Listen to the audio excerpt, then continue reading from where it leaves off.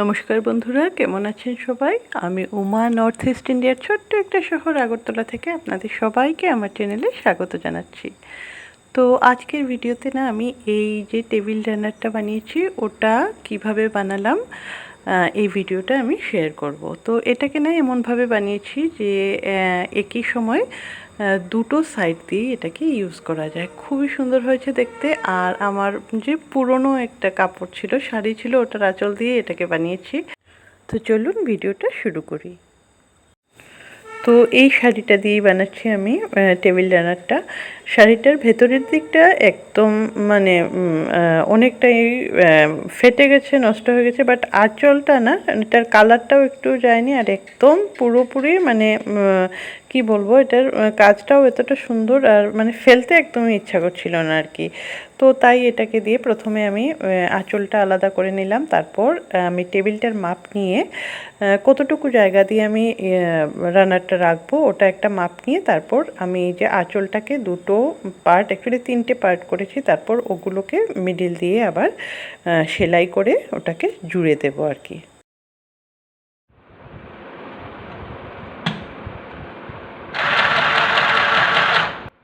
অনেক ভয়ে ভয়ে আনিয়েছিলাম এই মেশিনটা, বাট এটা এখন আমার কাছে এতটা মানে প্রিয় হয়ে গেছে। ছোটোখাটো সেলাই যেগুলো আগে মানে করতে প্রবলেম হতো, এগুলো সব এটা দিয়ে হয়ে যায়। তো দারুণ মেশিনটা। তো এবারে আমি না ওটা যে তিনটে পার্ট করেছিলাম ওগুলোকে আমি জুড়ে দেব।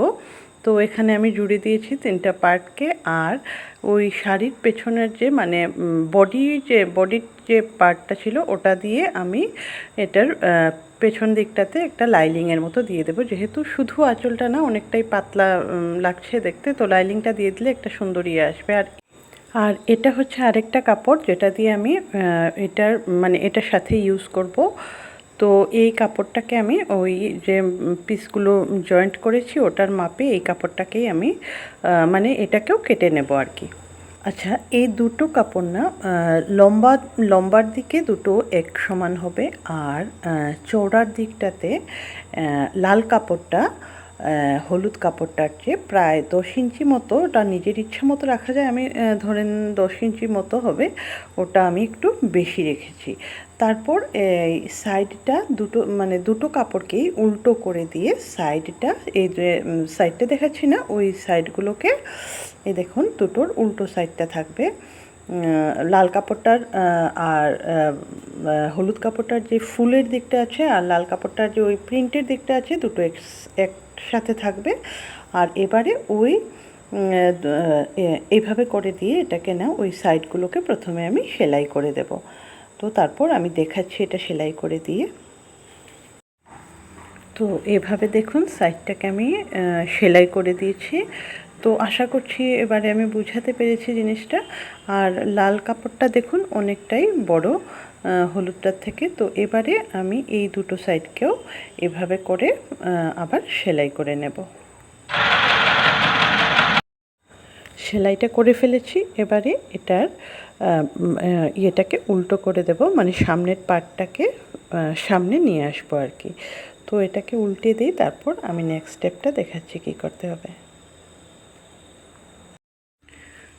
টেবিলের উপর না অনেকটা অসুবিধা হচ্ছিল, তাই এটাকে আমি আবার ফ্লোরে নিয়ে আসলাম। এবারে এটাকে ঠিক এইভাবে ফোল্ড করে দিয়ে তারপরে সাইডগুলোকে আবার সেলাই করে দেব। একইভাবে দুটো সাইডকে সেলাই করে দিতে হবে। আচ্ছা, এবারে দুটো সাইডকে সেলাই করার পর দেখুন দুটো সাইডে দুটো পকেটের মতো তৈরি হয়েছে আর কি। এটাকে এভাবেও রাখা যাবে, বাট এটার ভেতরে অন্য কালারটা আনার জন্য এভাবে হাতটা ঢুকিয়ে নিয়ে পকেটের ভেতর থেকে ইয়েটা বের করলে এরকম আরেকটা ডিজাইন হয়ে যায়। তো আমি এটাকে ওই আগের মতোই রেখেছি। আর সাইডে আমি ছোট দুটো লেস লাগিয়ে দিয়েছি, আর সুতো দিয়ে ওই একটা, ওটাকে কি বলে, পম বলে বোধহয়, আমার ঠিক জানা নেই। তো ওরকম আর কি সুন্দর লাগার জন্য কিছু একটা করে দিয়েছি আর কি এখানে। তো এভাবেই আমার এটা কমপ্লিট হয়ে গেছে। কেমন লাগছে আপনাদেরকে আপনারা জানাবেন। আর জানি না কতটুকু বুঝাতে পেরেছি আপনাদেরকে। তো দেখা হচ্ছে নেক্সট ভিডিওতে। ধন্যবাদ, ভালো থাকবেন সবাই।